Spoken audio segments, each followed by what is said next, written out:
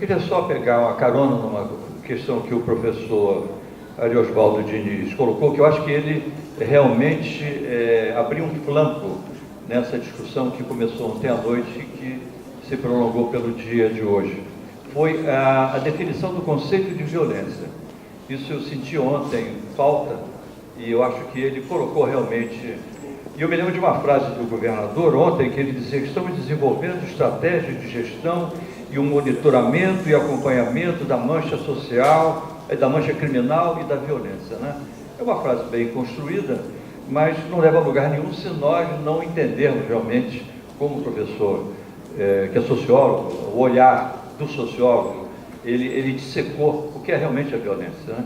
E me encantou uma questão que ele colocou, que é a relação entre a violência e o poder. E eu vou mais ainda um pouco adiante. Eu diria que a violência é o instrumento de dominação de uma classe sobre as demais, né?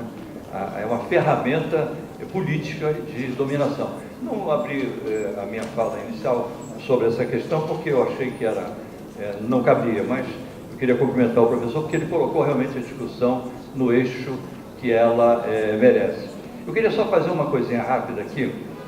Falou-se, também o professor falou uma coisa interessante, a construção da verdade, né?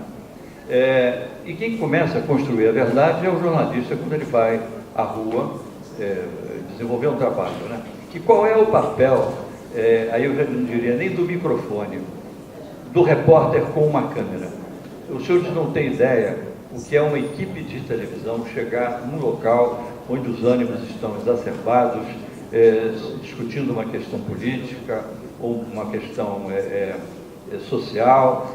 A televisão tem um poder de exacerbar os ânimos, de mudar completamente a coreografia daquele momento.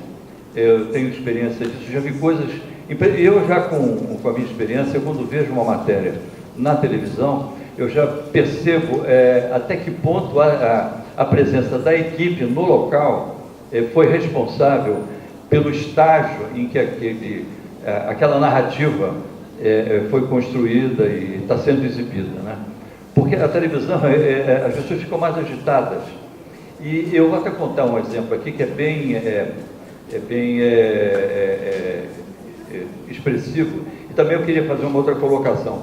Qual é o papel do repórter na cobertura de um... ele tem que ser isento, ele não pode interferir no fato, ele tem que reproduzir com fidelidade o que está acontecendo, ou ele, como cidadão, ele pode também interferir naquele fato para o qual ele foi destacado para realizar o seu trabalho jornalístico. Eu tenho uma visão, mais uma vez, na contramão do pensamento da academia. Eu acho que o repórter, como cidadão, ele tem o dever de interferir no fato. É um direito que ele tem, independente se ele está ou não com uma câmera. Eu me lembro de um episódio que eu fui cobrir para o Jornal Nacional. Houve uma manifestação de trabalhadores, também de moradores de uma favela, chamada do Lixão, em Caxias, uma área muito pobre da Baixada Fluminense, e eles obstruíram a saída dos ônibus da rodoviária. Foi uma confusão muito grande. O batalhão de choque foi deslocado para Caxias, o CORE, que é uma tropa de elite da Polícia Civil. Bom, foi uma pancadaria, bomba de gás lacrimogêneo, que tomou toda a madrugada. E de manhã eu cheguei às 11 horas, o Armando Nogueira disse: Domingos, você vai fazer a matéria. E eu disse, desculpe, eu digo: Armando, a matéria já foi feita. Eu disse: mas eu quero que você vá lá e pegar a conversa com o repórter. Depois eu estou com um problema de garganta. Bom, então eu fui. Quando eu chego no local, os ânimos estavam serenados, né? O batalhão de choque estavam todos recolhidos às suas viaturas. A situação estava calma. Quando chegou uma equipe da TV Globo, que eu cheguei para substituir o outro colega, já tinha escondido o carro e tal. Quando eles viram a equipe da TV Globo, começou tudo de novo. E eu estava conversando com o coronel, o comandante do batalhão de choque, quando eu senti que um barulho estranho. Eu vi primeiro rolar em pneus. estavam rolando pneus para outra vez bloquear mais uma vez a saída de ônibus da rodoviária de Duque de Caxias.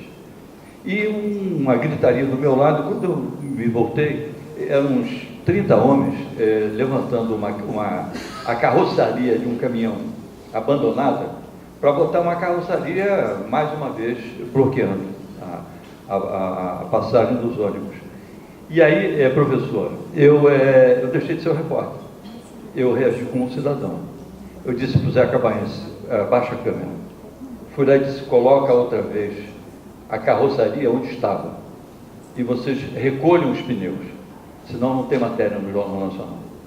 Porque vocês passaram a madrugada infernizando a vida de milhões de pessoas. Na verdade, estavam a serviço de uma boca de fumo, que eu tinha havido uma prisão, com mortes também, no início do anoitecer da véspera, o que gerou essa grande confusão. E o que eles fizeram? Eles obedeceram. Eles recolheram como se diz. E eu fui lá para o Zé e disse assim, pô, vai manso. Mas olha, eu dei um esporro neles, e disse, olha, botem a carroçaria no lugar. E eles botaram a carroçaria, disse, olha, quero que recolham todos os pneus. E eles recolheram. Aí eu lhe pergunto, foi legítimo, eu como sociólogo, eu errei, eu devia ter deixado a coisa rolar? Eu vou lhe dar mais um exemplo e vou terminar com ele.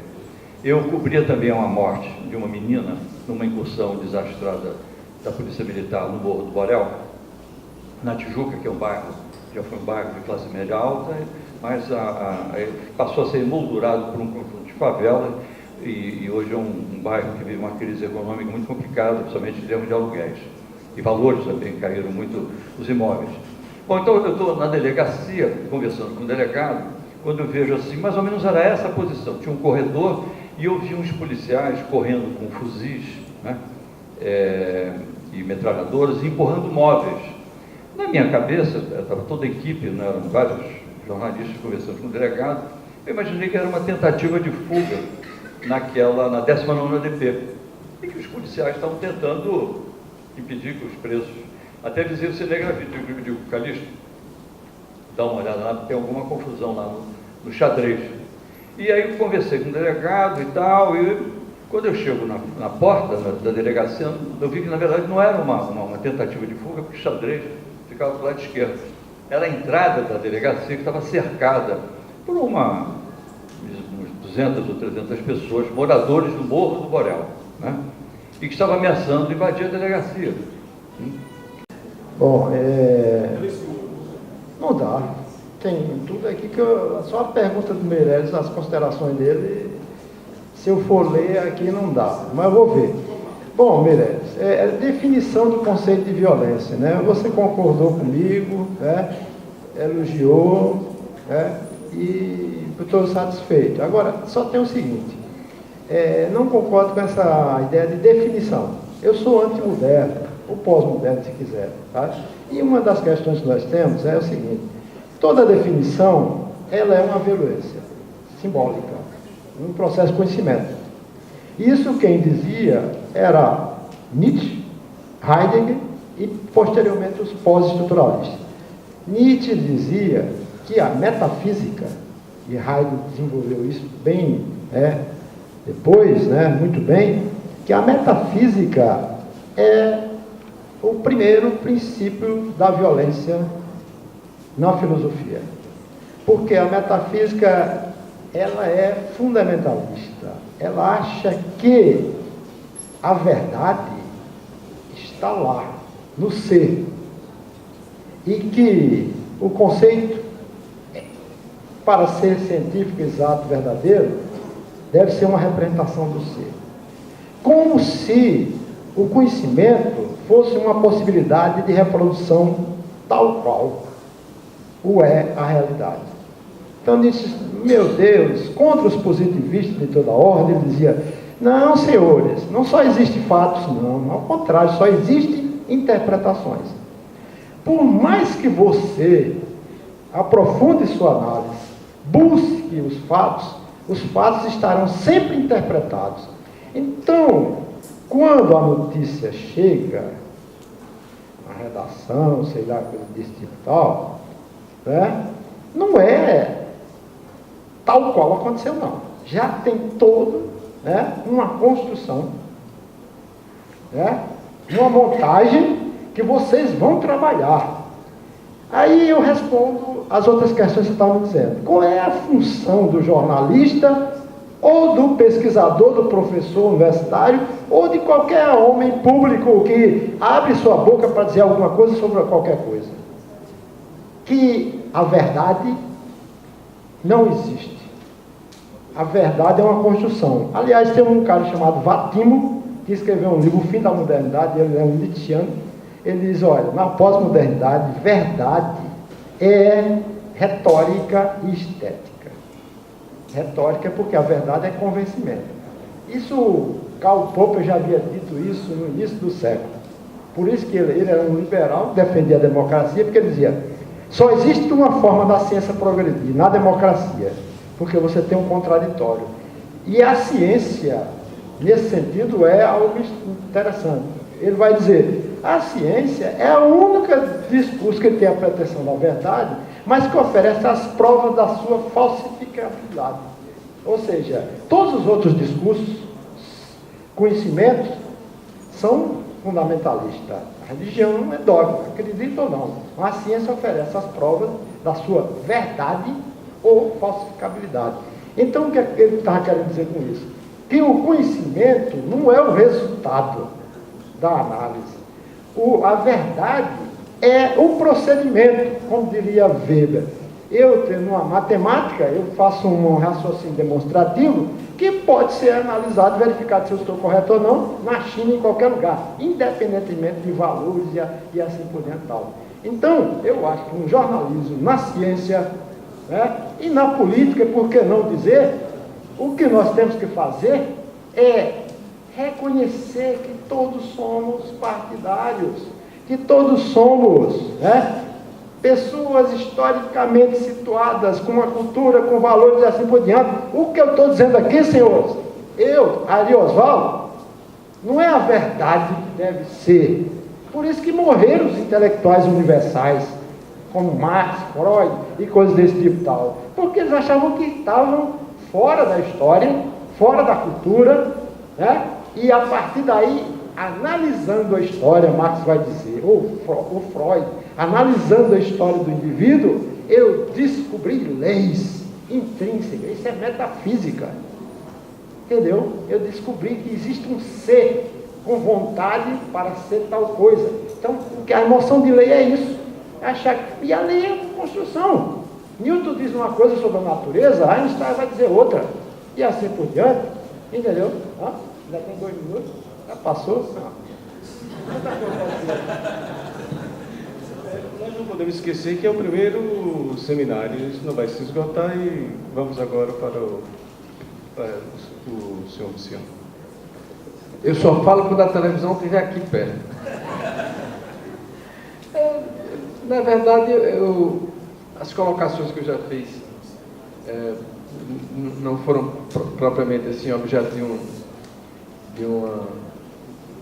de um questionamento que necessitasse complementação, mas eu gostei muito e acho que isso é uma coisa relevante de entender.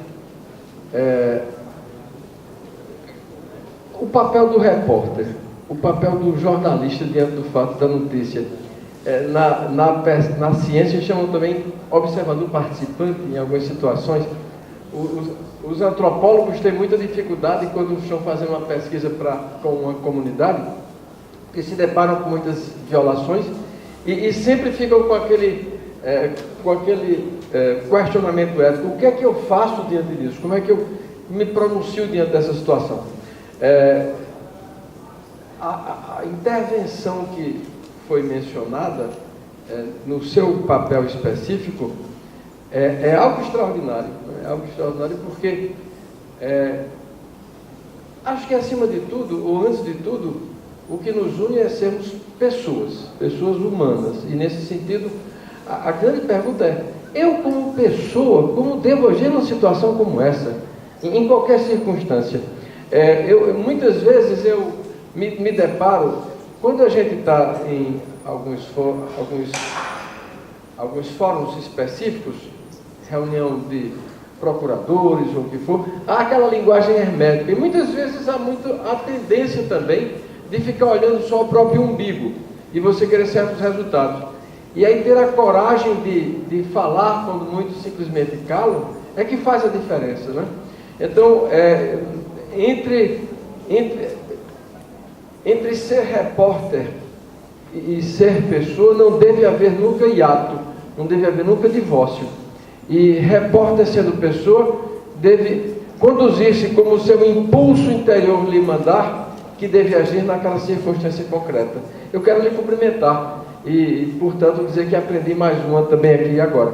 E quero agradecer a oportunidade de estar aqui. As observações que foram feitas é que quando a gente está aqui nessa mesa, em debate de ideias, muitas vezes, no chão concreto da realidade, situações acontecem que saem do plano ideal e no plano real maltratam e machucam e não expressam o jornalismo que desejamos que aconteça. Eu entendo que, como cada instituição precisa aprimorar os próprios mecanismos, cada veículo de comunicação deva começar a ter esse olhar. O professor Domingos Meirelles mencionou que foi ameaçado por um colega e a ameaça se materializou numa queixa que chegou à sua direção. Mas a queixa soube exatamente mencionar que a resposta que foi dada é uma outra resposta.